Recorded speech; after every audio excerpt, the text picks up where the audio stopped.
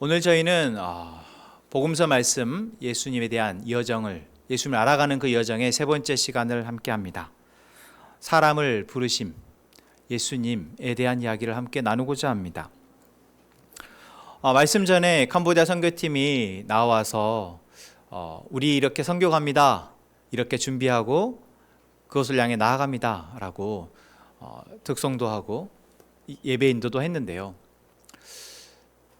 캄보디아 선교팀을 이렇게 면면을 보시면 어떻습니까? 학생도 있고 또 직장인도 있고 또 자영업하는 사람도 있고 어린아이에서부터 어른에 이르기까지 다양한 연령대와 다양한 직업과 다양한 상황, 환경 가운데 있는 사람들이 캄보디아 땅에 하나님이 부르셔서 이제 그곳을 향해 나아가기로 작정하고 1년 동안 준비를 하였습니다. 이러한 캄보디아 선교팀의 모습을 보면서 하나님이 우리를 부르셨다라는 생각을 여러분 했으면 좋겠습니다. 그리고 하나님이 나를 부르셨다라면 하나님이 나를 왜 부르셨을까 생각해 보기를 원합니다. 여러분, 하나님이 여러분 부르셨다라는 사실을 믿으십니까? 하나님 나를 부르셨다라는 것의 의미는 무엇인지 알고 계십니까? 하나님이 요한아 누구누구야 라고 이름을 부르셨다라는 것, 그것은 단순히 누구를 호칭하고 호명하는 것이 아니라 이제 그 뒤에 깊은 의미가 있다라는 것이죠. 이유가 있다라는 것입니다. 우리가 그 이유를, 그 의미를 발견하는 이 말씀의 시간 되었으면 좋겠습니다. 예수님이 세례를 받으시고 시험을 받으셨습니다. 세례를 받으신 것도 시험을 받으신 것도 다 우리에게 무언가를 알게 하시고 보여주시기 위함이었습니다. 여러분 알고 계시죠?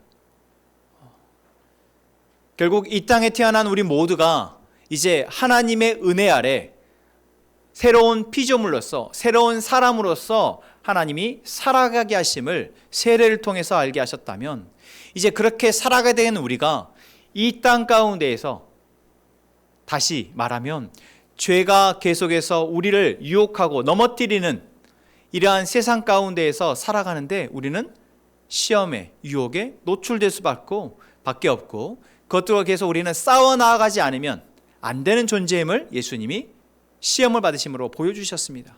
그리고 어떻게 그 시험을 능히 이길 수 있을지 예수님은 가르쳐 주셨습니다. 여러분, 오늘 우리는 바로 예수님과 같이 이제 하나님 앞에 새로운 피조물로서 살아가는 존재임을 믿습니다. 아멘. 예수님이 이제 시험 받으시고 그 시험을 넉넉히 이기시며 그 사명을 감당하신 것과 같이 오늘 이 시간 우리는 하나님의 은혜로 이제 넉넉히 우리 앞에 놓여진 이 세상의 유혹과 시험 가운데 승리하며 하나님의 백성으로 살아가게 될 줄로 믿습니다. 아멘.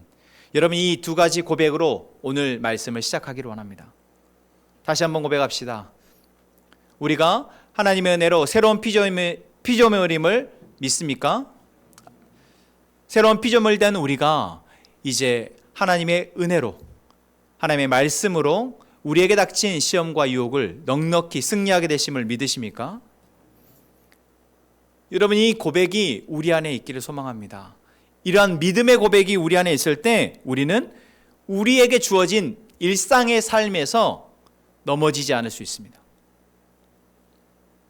내 의지와 내 힘으로, 내 지식으로, 내 돈으로, 내 인맥으로, 내 경험으로 우리가 승리하는 것이 아니라 하나님이 우리에게 말씀하시고 약속하신 이 말씀을 우리가 믿음으로 승리할 수 있는 줄로 믿습니다.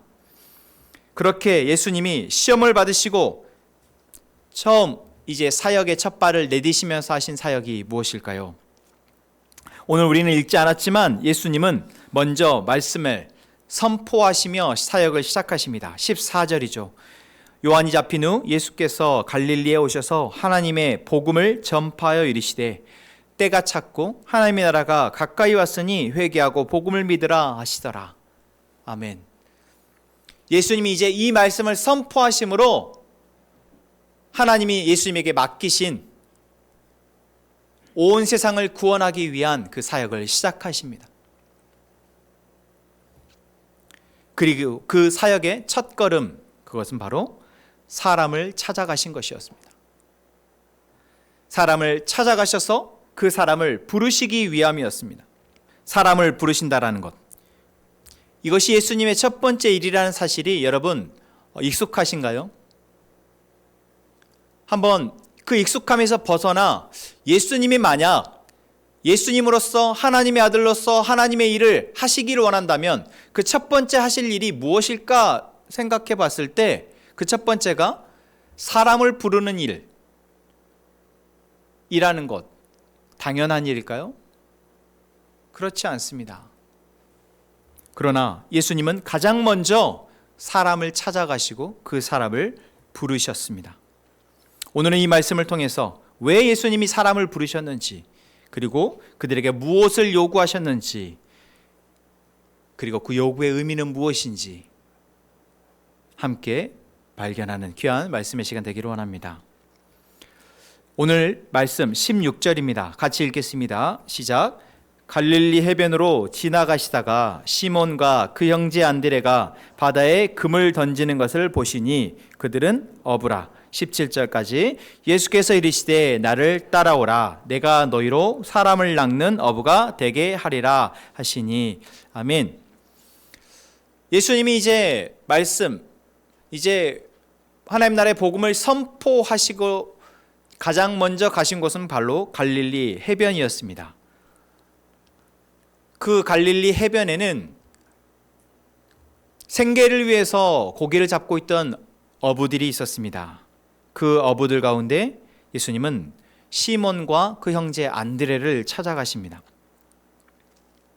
찾아가셨다는 말이 중요합니다. 그냥 아무 데나 가서 아무 사람에나 예수님이 부르신 것이 아니라 안드레와 시몬이 있는 그곳에 예수님이 찾아가셨고 그들을 부르신 것입니다. 어부라는 직업, 당시 갈릴리 지방은 이스라엘 그 나라에서도 가장 소외되고 낙후된 지역이었습니다. 그리고 그곳에서도 어부라는 직업은 생계를 유지하기에 어쩌면 환경적으로는 가장 보편화된 직업이지만 그것이 녹록치 않은, 그래서 부유하게 살기는 어려운 정말 하층민이라고 말하는 사람들의 생계 수단이었습니다. 그런데 예수님은 가장 먼저 그들을 찾아가셨습니다. 어부라는 직업이 예수님을 찾아가시기에 적합한, 아니 어쩌면 뭔가 필요한 직업이어서 있을까요? 아니요, 그렇지 않습니다. 어쩌면 그 지역에서 가장 평범한 직업이기에 예수님이 가셨을 겁니다. 그리고 예수님이 그들을 찾아가셨을 때 그들은 어떠한 예수님이 찾아할 만한 자격이나 능력을 갖춘 사람들이 아니라 그냥 특별할 것 없는, 그냥 그 동네에서 흔히 보이는 그러한 사람들이었습니다. 그리고 예수님은 그들을 부르시며 선택하십니다. 생각해 보시죠. 만약에 하나님의 아들이신 예수님이 이 땅에 오셔서 뭔가 하나님의 일을 하는데 동역자가 필요하다, 아니 어쩌면 함께 부리고 함께 그 일을 도와줄 사람들이 필요하다라면 어떤 사람을 부를까요? 당시에 그래도 예수님의 사역을 도와줄 만한 사람은 어떤 사람들이었을까요? 어떤 조건을 한번 이야기해 보시죠. 어떤 조건을 갖춘 사람들이 예수님에게 도움이 되겠습니까? 그래도 조금 사회적으로 영향력 있는 사람들. 어떤 영향력이요? 많은 사람들에게 존경받는 사람. 왜요? 예수님과 함께 다닐 때 사람들이 존경받는 사람을 보면 예수님이라는 사람, 이제 막 젊은데 랍비라고 뭔가를 가르칠 때 신뢰할 만하잖아요. 또 예수님이 다니시기에 어떤 사람이 좋을까요? 예수님은 이제 거처없이 여기저기를 다니시면서 복음을 전파하시니까 어떤 사람이요? 돈 있는 사람. 아니 예수님도 먹으셔야 하고 주무셔야 하고 이동하는데 여비와 경비가 필요한데 예수님의 사역을 돕는데 어떤 사람이 필요하겠습니까? 돈이 있는 사람. 돈을 어디에 써야 할지 모를 만큼 많은 사람. 그런 사람을 예수님이 먼저 찾아가실 만하지 않습니까? 그도 아니라면 그래도 예수님만큼은 아닐지라도 하나님의 말씀에 정통한 사람, 바리새인이나 서기관들과 같은 또는 제사장들과 같은 그러한 종교 지도자들을 예수님이 찾아가실 만한데 예수님은 그런 사람들을 찾지 않으시고 부르지 않으십니다. 대신 예수님은 가장 평범하고 그럴 만한 직업이 아닌 어부들을 부르셨습니다. 갈릴리의 평범한 어부들, 어쩌면 학식도 없고 신학훈련도 받지 않았고 사회적으로 명망도 없고 뭣도 없고 돈도 없고 어쩌면 이들은 시간도 없습니다. 왜요? 생계를 유지해야 하기 때문에 그 생계를 유지하는데 많은 시간을 들여서 바다에 나아가서 물고기를 잡아야 하기 때문에 이들은 시간을 내는 것도 어려운 사람들입니다. 그런데 왜 예수님이 이들을 선택하셨을까요? 왜 이들을 부르셨을까요? 이걸 통해 우리는 무엇을 알 수 있습니까? 우리가 무언가 일을 할 때 나에게 도움이 되는 사람, 내 일에 도움이 되는 사람을 선택하는 기준이 있는데 우리의 기준과 하나님의 기준, 예수님의 기준이 다르다는 것을 우리는 알 수 있는 것입니다. 하나님의 선택과 우리의 선택의 기준이 다르다라는 것이죠. 고린도전서 1장 26절에서 29절 말씀을 한번 보겠습니다. 형제들아 너희를 부르심을 보라. 육체를 따라 지혜로운 자가 많지 아니하며 능한 자가 많지 아니하며 문벌 좋은 자가 많지 아니하도다. 그러나 하나님께서 세상에 미련한 것들을 택하사 지혜 있는 자들을 부끄럽게 하려 하시고 세상에 약한 것들을 택하사 강한 것들을 부끄럽게 하려 하시며 하나님께서 세상에 천한 것들과 멸시받는 것들과 없는 것들을 택하사 있는 것들을 폐하려 하시나니 이는 아무 육체도 하나님 앞에서 자랑하지 못하게 하려 하심이라. 아멘. 고린도전서 1장의 말씀에서 우리는 무엇을 알 수 있습니까? 하나님의 선택의 기준을 알 수 있죠. 하나님이 누군가를 택하려 하신다면 그 선택의 기준은 문벌 좋은 자나 영향력 있는 자나 많이 가진 자나 많이 배운 자가 아니라 아니면 오히려 그 반대로 많이 갖지 못한 자, 영향력이 없고 힘이 없고 연약한 자, 오히려 그러한 자를 하나님은 택하신다 말씀하십니다. 왜요? 누구도 자기의 가진 것으로 자랑하며 하나님의 일을 하지 못하도록이요. 내가 가진 것으로 나의 힘으로 뭔가 일을 해서 내가 이렇게 하나님의 일을 한다 생각하지 못하도록, 그것이 잘못됐다는 것이 아니라 그렇게 하나님의 일을 하게 되면 오히려 하나님의 영광을 가리고 자기의 삶이 더 하나님에게서 멀어질 수 있기 때문에 하나님은 그러한 자를 택하지 않으신다라는 사실입니다. 또한 그러한 자를 택하지 않으신 것은 바로 그러한 자들을 통해서 있는 자들, 영향력 있는 사람, 많이 가진 사람, 많이 배운 사람, 그러한 사람들을 부끄럽게 하셔서 그들로 회개하게 하기 위하여서 하나님은 그러한 사람을 택하신다 말씀하고 있는 것입니다. 하나님은 오히려 약한 자들을 택하셔서 하나님의 능력을 드러내어 보이시는 것입니다. 여러분, 우리가 하나님의 부르심을 받은 자들임을 고백했습니다. 내가 왜 하나님의 부르심을 받아서 하나님의 은혜로 하나님의 구원을 받은 자인지 이제 아시겠죠? 혹여 내가 무언가를 가졌기에, 내가 그러한 자격이 있기에 내가 뭐가 되어서가 아니라 그것이 아니어서 하나님이 우리를 택하셔서 이제 하나님의 능력으로, 하나님의 지혜로 살아가도록 하나님이 하심을 우리는 알게 됩니다. 이것을 통해 또 알게 되는 또 한 가지는 하나님이 우리를 부르실 때 우리의 있는 모습 그대로 부르셨다라는 사실입니다. 만약 예수님이 베드로에게, 안드레에게 찾아가셔서 너 나하고 일 하나 해야 되는데, 나하고 일하려면 좀 구약의 지식을 좀 알아야 해. 그래서 내가 한 달 정도 시간 줄 테니까 그 한 달 동안 열심히 공부하고 율법을 배워서 내가 다시 부를 때 나와 함께 가자 라고 예수님이 말씀하셨다면 어떨까요? 아니, 어쩌면 예수님이 그렇게 말씀하지 않았지만 우리는 예수님이 우리를 부르실 때, 아니 공동체 안에서 우리가 무언가를 하자, 해보자라고 할 때 우리는 저는 준비가 안 됐어요. 저는 자격이 없는 것 같아요. 아니, 저는 할 수 없는 것 같아요 라고 말하고 있지 않습니까? 예수님은 전혀 그런 적이 없으심에도 불구하고 예수님은 오히려 물고기를 낚고 이제 막 그물을 거두고 있는 그들에게 그 순간에 나를 따라오라 말씀하셨음에도, 그리고 그 말씀에 그들은 즉각 따라 나섰음에도 어쩌면 우리는 하나님의 말씀을 통해서 우리를 부르시고 말씀을 통해서 우리를 도전하실 때 우리는 내가 그럴 만한가? 내가 지금 그럴 상황인가? 여러 가지들을 생각하며 망설이고 있진 않냐라는 것이죠. 여러분, 하나님이 우리를 부르실 때 그 부르심은 지금 있는 그 모습, 그 상황, 그 상태 그대로 부르신 것임을 믿으시기 바랍니다.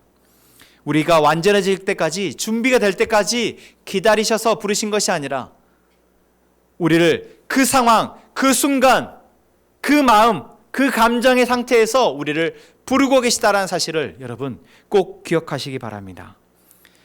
예수님은 그러한 상황에 있는 베드로에게 나를 따르라 말씀하십니다. 여러분, 놀랍게도 우리는 베드로의 그 이후에 3년 뒤의 모습을 압니다. 3년 뒤에 베드로는 어떠한 사람입니까? 예수님을 3번이나 부인한 사람입니다. 그 말은 무엇을 말해요?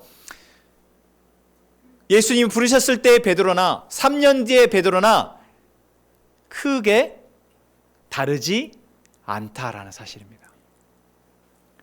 여러분, 어쩌면 우리가 신앙을 처음 시작했을 때나 지금 5년, 10년, 20년, 30년이 지나서 우리의 모습이 나는 똑같은 것 같아. 나는 그때는 나나 지금 똑같은 것 같아.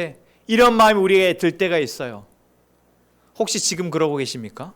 그래서 진짜 나는 뭐 했나 몰라.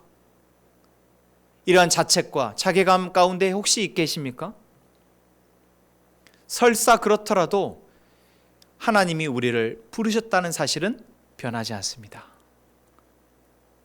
하나님이 우리를 있는 모습 그대로 나를 부르셔서 이제 하나님의 은혜의 계획 가운데 나를 품고 가고 계시다는 사실은 변하지 않는다는 것입니다. 여러분, 나의 모습, 나의 계획, 나의 마음이 아니라 하나님이 나를 부르셨음이 가장 우리에게 중요한 사실이 되기를 소망합니다. 17절 말씀입니다. 예수께서 이르시되 나를 따르라. 내가 너희로 사람을 낚는 어부가 되게 하리라 말씀하십니다. 이것은 우리에게 무엇을 말합니까? 우리가 이제 하나님의 부르심, 하나님의 은혜로 부르심을 받은 존재로 이제 새로운 정체성으로 살아가게 되었다면 이제 그것은 단순히 내가 어부로서 살던 거 포기하는 것, 내가 직장인으로서 살던 것 포기하는 것, 내가 자영업자로서 살던 것 포기하는 것, 내가 좋아하는 것, 내가 즐겨하던 것, 그 모든 것들을 포기하는 것, 다 내려놓아야 되는 것을 말하는 것이 아니라는 것입니다. 예수님이 우리를 부르셨다라는 것은 우리에게 이제 하나님의 은혜 아래 살아가는 자의 정체성과 그 사명으로 살아가도록 부르셨다라는 것입니다. 여러분, 여러분의 사명은 무엇입니까? 하나님이 예수 그리스도를 통해서 우리를 부르셨을 때 여러분 왜 나를 부르셨다라고 생각하십니까? 무엇을 위해서 우리를 부르셨다라고 생각하시나요? 예수님은 우리를 부르실 때 새로운 사명을 주시기 위해서 우리를 부르셨습니다. 그 사명은 무엇일까요? 가장 먼저 무엇입니까? 예수님을 따르는 자입니다. 예수님을 따르는 자.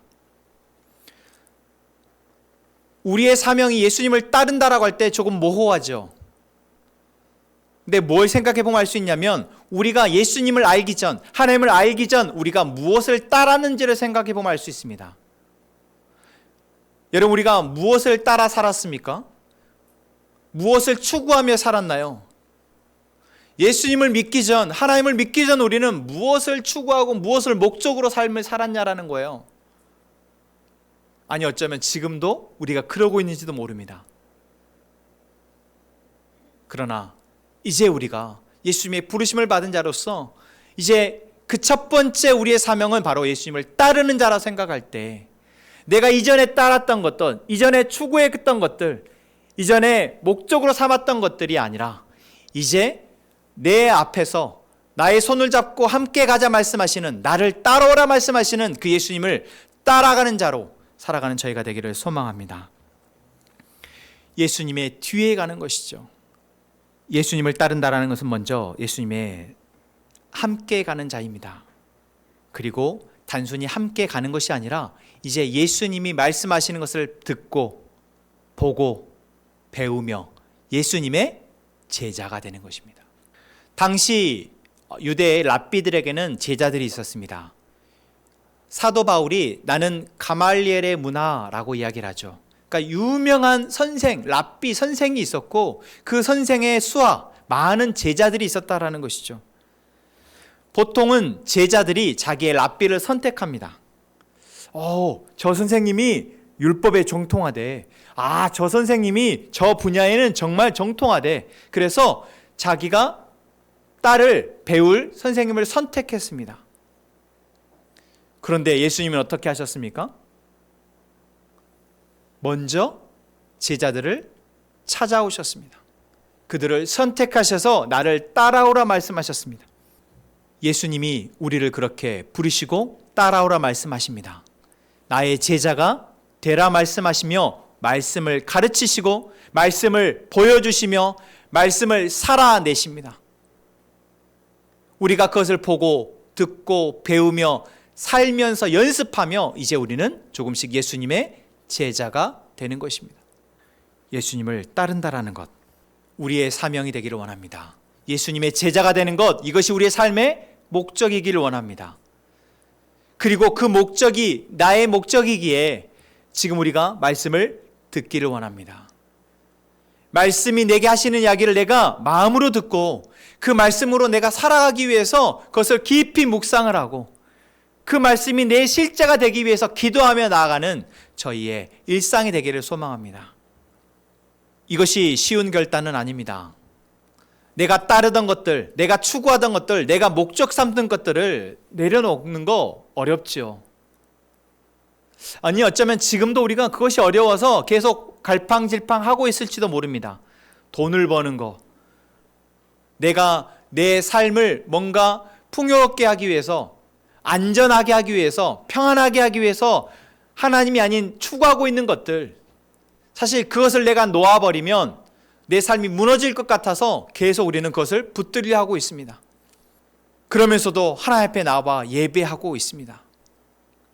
예수님이 우리가 그러함을 아시고 우리를 부르셨습니다. 그러한 우리 안에 갈팡지팡하는 마음, 갈등하는 마음을 지금도 아시고 보고 계십니다. 오늘 이 시간 이 말씀을 통해서 우리에게 다시 한번 도전하고 계십니다. 나를 따르라. 나를 따르라. 그것이 여전히 어렵지만 지금 내가 예수님이 아니라 쫓고 있는 것이 무엇인지 보라 말씀하십니다. 지금 내가 예수님이 아니라 따르고 있는 것, 예수님이 아니라 추구하고 있는 것, 목적 삼고 있는 것이 지금 무엇인지 오늘 말씀을 통해서 우리에게 보라 말씀하십니다. 그리고 그것을 버려두고 나를 따르라 말씀하십니다. 여러분 이 말씀을 우리의 마음으로 듣기를 소망합니다. 예수님을 따르는 것은 쉽지 않죠. 대가가 따릅니다. 무언가 시간의 대가가 따르고 물질의 대가가 따르고 내가 추구하고 있는 가치의 대가가 따릅니다. 그것이 너무나도 커 보여서 쉽게 포기할 수 없다 생각되는데 여러분 그것을 위해서 하나님 앞에 나와 무릎 꿇고 기도하는 저희가 되기를 원합니다. 그 가치와 예수님을 따르는 것의 가치를 두고 적어도 그것이 내 안에 확실하게 결정될 때까지 하나님 앞에 나와 씨름하는 저희가 되기를 소망합니다. 그냥 쉽게 예수님을 따르는 것을 안 될 것 같아요 라고 포기하지 않는 저희가 될 때 이제 예수님이 우리를 부르신 그 순간 예수님을 따르는 자로 하나님이 우리를 이미 보시고 그것을 위해서 일하고 계시는 일이 우리 안에 이루어질 줄로 믿습니다. 두 번째, 예수님을 따른다라는 것의 또 하나의 의미는 바로 우리가 새로운 사명을 갖게 된다는 것인데, 그 새로운 사명이라는 것은 바로 우리가 사람을 낚는 어부가 된다는 것입니다. 나를 따라오라 라고 말씀하신 것은 명령이죠.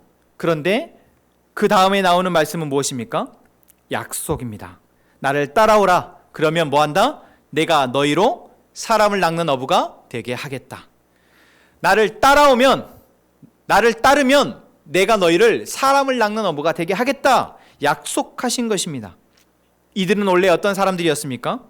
어떤 사람들이었어요? 물고기를 잡는 사람들이었습니다. 물고기를 잡아서 그것을 팔아서 생계를 유지하는 사람들이었어요. 물고기를 팔아서 그것을 죽여서 그것으로 생계를 유지하는 사람들이었습니다. 생명을 죽이는 사람들이었습니다. 그런데 예수님은 그러한 사람들, 그러한 삶의 목적을 가지고 살아갔던 사람들에게 이제 사람을 낚는 어부가 되게 하겠다 약속하시는 것입니다. 물고기를 잡는 것이 죽음을 의미하는 것이라면 사람을 낚는 것은 무엇을 의미할까요? 살리는 것을 의미합니다. 생명을 의미해요. 예수님이 우리를 살리시기 위해서 이 땅에 오셨고, 이제 한 사람 한 사람 부르셔서 이제 사람을 살리는 생명의 사람으로 살아가도록 만들어주시겠다 약속하시는 것입니다. 여러분, 이것이 얼마나 놀라운 말씀입니까? 이것이 얼마나 놀라운 은혜예요. 여러분, 우리는 원래 어떻게 살았어요? 남보다 앞서기 위해서 그 사람의 뒤처짐을 속으로는 고소해야 하고 나는 아니어서 다행이다 생각하며 우리는 살아갔던 사람들입니다. 내가 남보다 빨리 무언가를 갖게 됐을 때 내가 더 많이 갖게 되고 더 빨리 갖게 됨을 안도하며 다른 사람의 불행과 다른 사람의 갖지 못함을 때로는 비웃었던 그러한 사람들이었습니다. 어떻게든 이 제한된 자원이 환경인 우리의 상황 속에서 우리는 살아남아 보려고, 조금이라도 편안해 보려고, 조금이라도 행복해 보려고 그렇게 다른 사람을 죽이는 것까지는 아니지만 다른 사람보다 많은 것들을 갖기 위해 썼던 사람들이었습니다. 그랬던 우리를 예수님이 부르셔서 이제 사람을 낚는 어부가 되게 하겠다 말씀하십니다. 나 한 사람 살기도 버거웠던 내가 이제 한 사람을 불러서 그 사람에게 생명을 전하고 함께 살아가는 존재로, 함께 살아갈 수 있도록 돕는 존재로 만드시겠다 말씀하고 계시는 것입니다. 여러분, 이 얼마나 놀라운 약속의 말씀입니까? 어쩌면 우리는 이미 그러한 삶을 살아가고 있는지도 모르겠습니다. 그렇게 한 가정의 가장으로, 아빠로, 엄마로, 형제로, 자녀로, 그리고 직장에서 직장인으로, 회사에서 상사로, 부하로, 또 업체에서 사장으로, 직원으로, 그렇게 우리는 살아가지만 그 안에서 사람을 살리는 자로, 사람을 이롭게 하는 자로, 함께 하나님의 행복을 살아가는 자로 살아가고 있는지도 모릅니다. 여러분, 만약 그렇다면, 그러한 나의 모습을 조금이라도 발견한다면 하나님 앞에 감사하는 저희가 되었으면 좋겠습니다.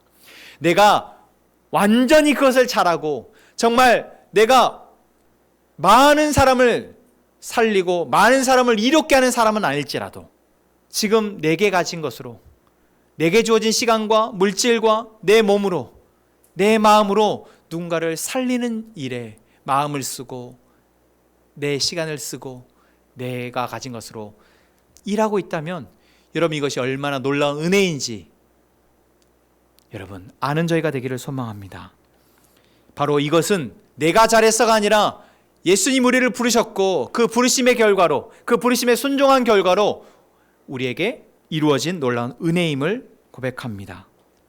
예수님은 우리를 부르십니다.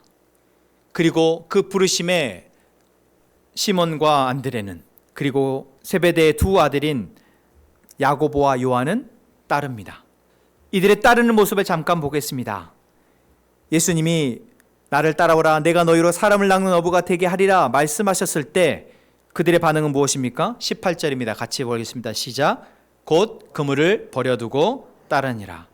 곧 그물을 버려두고 따르니라. 세베대의 두 아들을 부르셨을 때 그들은 뭐라고 얘기하고 있습니까? 20절 시작. 곧 부르시니 그 아버지 세베대를 품꾼들과 함께 배에 버려두고 예수를 따라가니라. 18절과 20절의 맨 첫 단어는 무엇입니까? 곧입니다. 저는 여기에서 처음 예수님이 왜 어부를 부르셨을까? 왜 이들을 부르셨을까라는 그 답에 또 하나의 그 질문에 또 하나의 답을 발견하게 된 것 같습니다. 어쩌면 이들은 예수님이 부르셨을 때 곧 그물을 버려두고 곧 배를 버려두고 곧 그들의 생계를 버려두고 곧 그들의 가족까지도 뒤로 한 채 순종할 수 있는 사람들이었기에 예수님이 이들을 부르셨구나. 예수님이 이들이 부르신 이유가 바로 이들이 순종하는 자이기에 부르셨구나라는 생각을 하게 됩니다. 여러분, 우리가 예수님의 은혜로 부르심을 받았고 지금 이 자리에 예배하고 있는 것 하나님의 99.999%의 전적인 은혜이지만 그 은혜에 우리가 지금 아멘 하고 제가 주님을 나의 삶의 주인으로 고백합니다. 이제 하나님이 나의 삶의 주인 되어 주기를 원합니다. 내가 하나님의 능력으로 하나님의 지혜로 하나님이 주신 은혜로 살아가기를 원합니다 라고 진실되게 고백한 그 고백이 있기에 지금 우리가 있는 줄로 믿습니다. 여러분, 이것이 얼마나 놀라운 은혜입니까? 아무리 불러도 그들이 가지고 있는 것 때문에 그들의 가치 때문에 그들의 그물 때문에 그들의 배 때문에 그들의 가족 때문에 예수님의 부르심에 순종하지 못하는 사람들이 너무나 많습니다. 그러나 예수님은 우리를 부르셨고 우리는 그 부르심에 순종하여 이 자리에 나와 주님을 찬양하고 예배하고 있습니다. 여러분, 이 놀라운 은혜를 찬양합시다. 이 놀라운 은혜를 감사합시다. 그리고 예수님이 이 부르심은 이제 우리로 예수님을 따르는 자로 새로운 사명을 맡아 이제 사람을 살리는 자로 인도하심을 믿고 나아가는 저희가 되기를 소망합니다. 오늘 말씀을 정리하겠습니다. 예수님 우리를 부르셨음을 믿으십니까? 그 예수님의 부르심이 우리를 새로운 사명의 자리로 나아가게 하심을 믿으십니까? 그 사명의 자리를 가는 데 있어서 우리 안에 장애물이 여전히 있음을 우리는 압니다. 그러나 그 부르심이 있기에 우리는 그 부르심에 합당한 자로 주님이 우리를 빚어가실 것을 믿습니다.